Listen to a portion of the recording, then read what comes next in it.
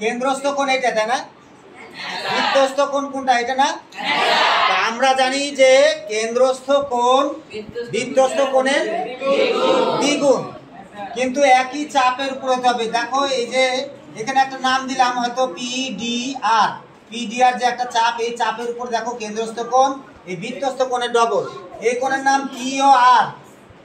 তাহলে কেন্দ্রস্থ কোণ যেটা সেটার নাম কি বলো তো দেখি? কেন্দ্রস্থ কোণ নাম কি? পিও আর কোণ, পিও আর কোণ। এটা কত দেওয়া আছে? এক্স ডিগ্রি, এখানে ডিগ্রি লিখে দিলাম, এক্স ডিগ্রি। আর বৃত্তস্থ কোণ কত দেওয়া আছে দেখো তো? বৃত্তস্থ কোণ, বৃত্তস্থ কোণের নাম কি? P Q R. কি নাম? P Q R. কত ডিগ্রি দেওয়া আছে? 50 ডিগ্রি। তাহলে সূত্র অনুসারে কেন্দ্রস্থ কোণ বৃত্তস্থ কোণের দ্বিগুণ, তার মানে x ডিগ্রি। প্রশ্ন মতে কি হবে তাহলে বলো দেখি? হ্যাঁ, x ডিগ্রি সমান কত ডিগ্রি? 50 গুণন কত হবে বলো? 50 গুণন কত? 2। তার মানে কত ডিগ্রি হবে তাহলে? 100 ডিগ্রি। তাহলে x এর মান কত বাড়ালো? 100 ডিগ্রি। অতএব x ডিগ্রি সমান কত? 100 ডিগ্রি। এটা শেষ।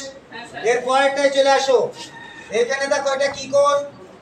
বৃত্তস্থ কোণ। এটা কি কোণ? বৃত্তস্থ কোণ। আর কেন্দ্রস্থ কোণ কত দেওয়া আছে? ওই দেখো উপরে কত দেওয়া আছে? 260। তাহলে কেন্দ্রস্থ কোণ এই যে এইটা দেখো, কেন্দ্রস্থ কোণ বৃত্তস্থ কোণের দ্বিগুণ।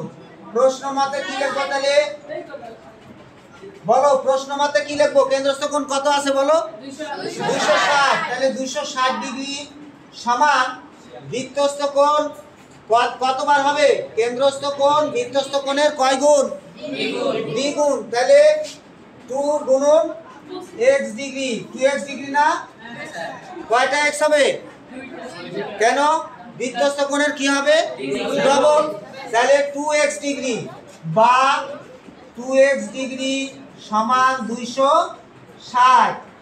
x ডিগ্রি সমান 260 এর নিচে 2, তাই না? কাটে দিলাম 2 কে 2, 130 দিয়ে গুণা 260। অতএব x ডিগ্রি সমান কত বলো? 130। হ্যাঁ, 130 ডিগ্রি। তাহলে এই কোণটা কত বের হলো? 130 ডিগ্রি। মানে বৃত্তস্থ কোণ কেন্দ্রস্থ কোণের আবার অর্ধেক। ওই সূত্র দিয়ে হবে বৃত্তস্থ কোণ কেন্দ্রস্থ কোণের অর্ধেক। তাহলে বাড়ির কাজ এইটা আর এইটা, এই দুইটা বাড়ির কাজ দিয়ে দিই নাকি? HW হোমওয়ার্ক থাকলো এই দুইটা। ঠিক আছে, ধন্যবাদ।